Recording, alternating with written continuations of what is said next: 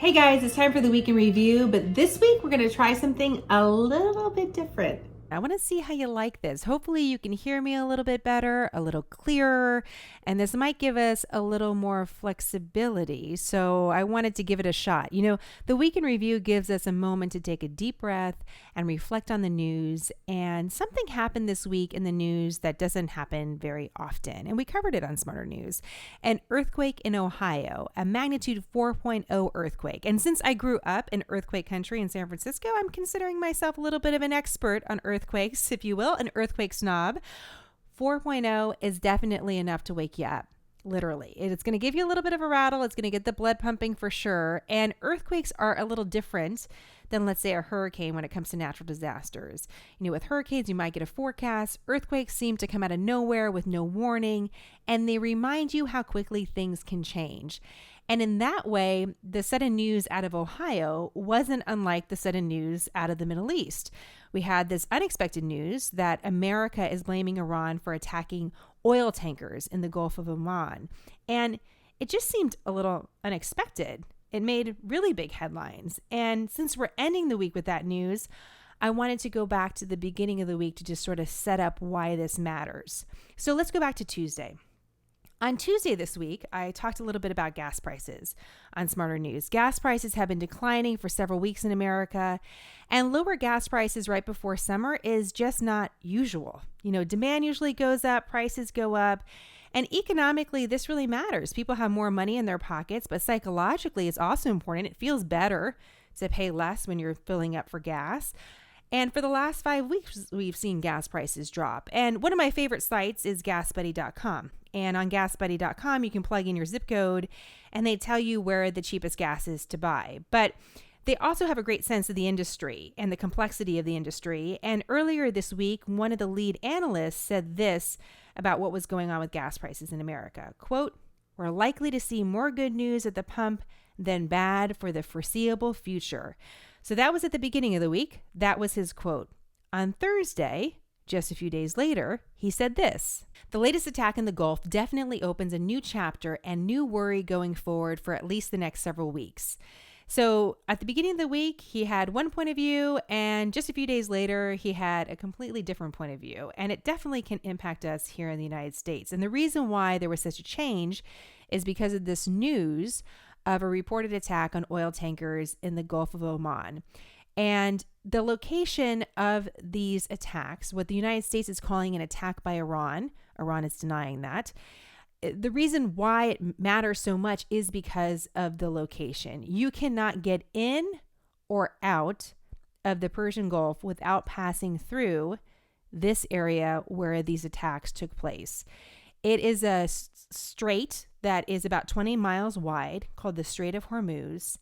And 20 miles sounds wide, but only a few miles can be sailed through safely. So it's even more narrow for these huge oil tankers that are trying to go in and pick up oil and take them out to different parts of the world, take the oil out to different parts of the world. It is really, really busy. And you have to remember that countries like Saudi Arabia or Iran, they don't have like 20 options for getting their oil out to the world. In fact, in the case of Iran, Iraq, Kuwait, they really only have one option, and that's the Strait of Hormuz through the Gulf of Oman out to the Arabian Sea into the rest of the world. And this is why about a fifth of the global oil supplies flows through this area. About a third of all the oil transported by sea flows through this area. It's a very, very narrow, small waterway that's very busy. So any potential disruption in this waterway is huge for the oil market all over the world. And it's not just because of gas prices, it's because oil prices affect everything, everywhere, all the time. And I'm not exaggerating when it comes to that. Think of how much you rely on petroleum byproducts.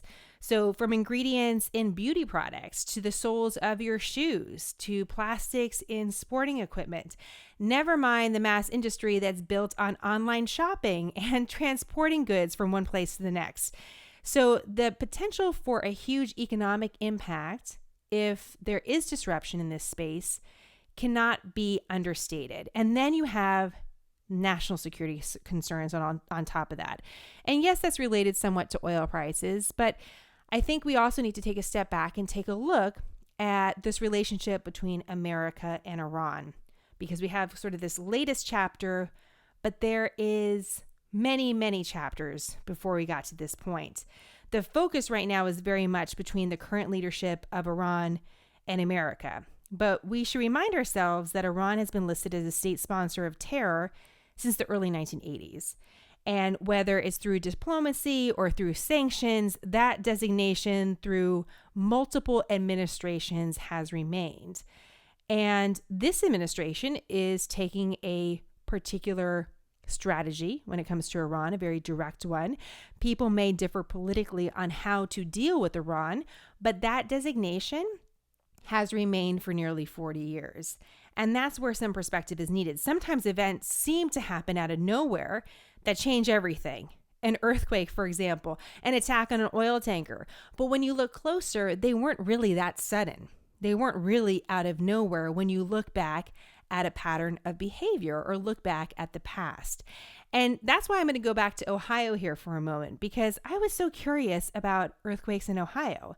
And I was wondering, how common is an earthquake in Ohio? And there's actually quite a bit of precedent for it. In fact, listen to this. Ohio, I'm reading now from one of the state's websites. Quote, Ohio is on the periphery of the New Madrid seismic zone, an area in Missouri and adjacent states that was the site of the largest earthquake sequence to occur in historical times in the continental United States. Let me read that again. Ohio is on the periphery of the New Madrid seismic zone, an area in Missouri and adjacent states that was the site of the largest earthquake sequence to occur in historical times in the continental United States. When I read New Madrid seismic zone, I was like, are we talking about Spain? No, we're talking about the middle of America. And apparently, there was a lot of earthquake activity, big earthquake activity. In fact, one report in the early 1800s suggests that there was an earthquake as big as 8.0 in the area around Missouri. And that's a really serious earthquake. So I didn't know anything about earthquakes in Ohio, but you see, there's precedent for it.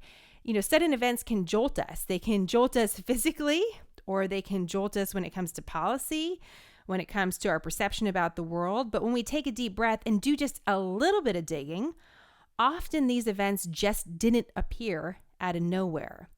And it made me reflect on something that I've talked about before, because I think it's such an interesting metaphor for so many different things. I was sitting in a college geology course when I was in my freshman year of college, where I learned for the very first time that tectonic plates underneath our feet are actually shifting all the time. In fact, plates are moving at the same rate that our fingernails grow. So just so you know, even when you feel stable and at peace, change is happening all the time. It's an interesting metaphor for life, for news, and for foreign policy. And that's why on Smarter News, we always want to take a deep breath and think, okay, this is what's happening now, but is there a precedent? Is there some context for us to help understand what's really happening at this point in time? So more as we get it on these developing stories. I hope you have a great weekend. I'm Jenna. I'm the Her in Smarter News, a refuge from the storm, hopefully for you. Hope you have a great weekend, and we'll see you next week on Smarter News.